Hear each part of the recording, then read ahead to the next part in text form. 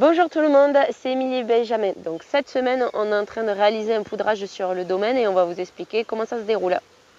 Alors, nous sommes en train de réaliser un poudrage dans les vignes pour deux raisons. Donc là, la première, c'est tout simplement parce qu'on a trouvé quelques dégâts d'oïdium. Donc je vous mets la photo d'un grain qui est attaqué par l'oïdium. Donc on en a trouvé très peu, mais on sait qu'il peut y en avoir un petit peu, sachant qu'on est à un stade un peu sensible où la vigne peut être encore attaquée par l'oïdium, et aussi parce qu'on sait qu'à ce stade-là, l'oïdium a tendance à redémarrer.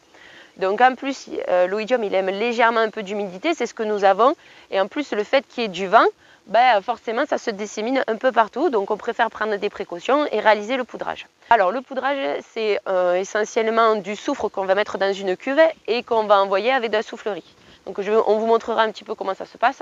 Alors, le but du jeu, c'est de le mettre tout au long de la soufflerie va envoyer au niveau des pieds et va monter un peu dans le feuillage. Et surtout, ce qu'on veut atteindre, ce sont les grappes. Parce qu'à ce stade-là, c'est surtout les grappes que l'on veut protéger. En ce moment, sur la vigne, on est à stade, on n'est pas loin du stade de fermeture de la grappe. Donc, dès le moment où la grappe s'est complètement fermée, où les grains sont resserrés, c'est très dur de lutter contre l'oïdium. Donc, c'est pour ça qu'on préfère réaliser le poudrage avant la fermeture de la grappe.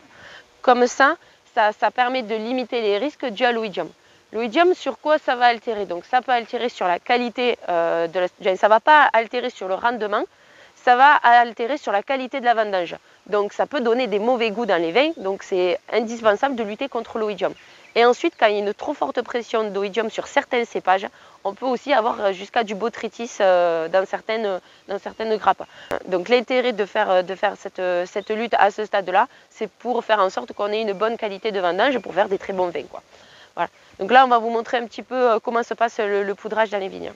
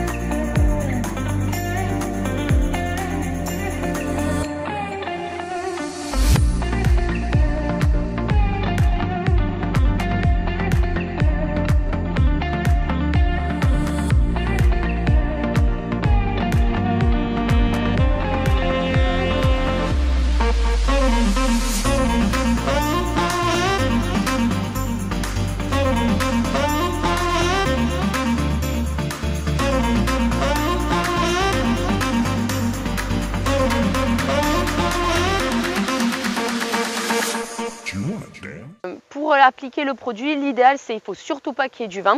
Donc là, c'est ce qu'on a ce matin, on n'a pas du tout de vent. Il faut qu'il y ait une légère humidité pour que le produit puisse puisse coller un peu. Alors là, on n'a pas de rosée, mais on a une humidité ambiante assez importante. On est dans les alentours des 80%. Donc l'application du produit se fera comme il faut. Alors ensuite, qu'est-ce qu'on a mis comme produit dans la souffreuse? Donc on n'a pas d'habitude. J'ai une araignée qui me monte dessus. En général, on ne vous dit pas forcément les produits qu'on utilise, mais là, exceptionnellement, on va vous dire ce qu'on a mis dans la souffreuse. Donc d'habitude, on utilisait du fluide au soufre. Depuis 3-4 ans, on utilise un autre produit qui s'appelle Lilicia. Donc je vous marque comment ça s'écrit exactement. Donc c'est un produit qui est donc avec une base de soufre et ensuite il est mélangé avec des oligo-éléments et un petit peu de cuivre. Donc il a juste 1% de cuivre, ce qui est très très peu. Mais ça nous permet par exemple des années où il y a une très faible pression milieu, comme là cette année, vu qu'il y a énormément de vent et qu'il y a beaucoup moins d'humidité que l'année dernière, ça nous permet de considérer que ce soit un passage de traitement, comme si on avait fait un traitement classique, sauf qu'on a une très faible dose de cuivre.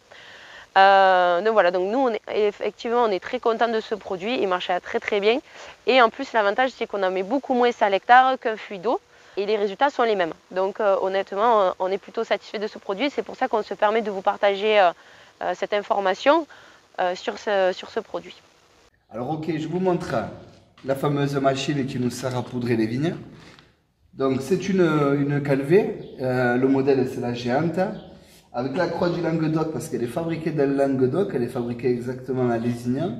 Bon, celle-là, elle a, on va dire, une vingtaine d'années. Donc le système est tout simple. Donc ici, elle est entraînée par une prise de force qui est branchée au tracteur. Ça tourne à 540 tours par minute. Le fait de tourner, ça entraîne une hélice qui est dans ce rond bleu là que vous pouvez voir avec le cache, Ça aspire ici, ça aspire de l'air, pardon, et ça aspire par ce tuyau. Et à l'intérieur du fameux bac là que vous avez, il y a pareil, il y a un entraînement qui est pris sur la prise de force par cette fameuse poulie. Cette fameuse poulie entraîne un système à l'intérieur qui est un système ovale, un genre de système à chaîne qui remue la poudre. Et la poudre, le fait qu'elle soit remuée, et le fait que cette turbine aspire, elle crée une aspiration par ce tuyau qui est ici. Donc ça crée un mouvement au fond de la cuve, une aspiration par ce tuyau-là. La poudre monte ici, passe dans l'hélice, et l'hélice aspire devant et re-essouffle dessous. La poudre est éjectée par cette fameuse canalisation. Et de la canalisation, ensuite les deux tuyaux qu'on a derrière, ça distribue côté droite et côté gauche.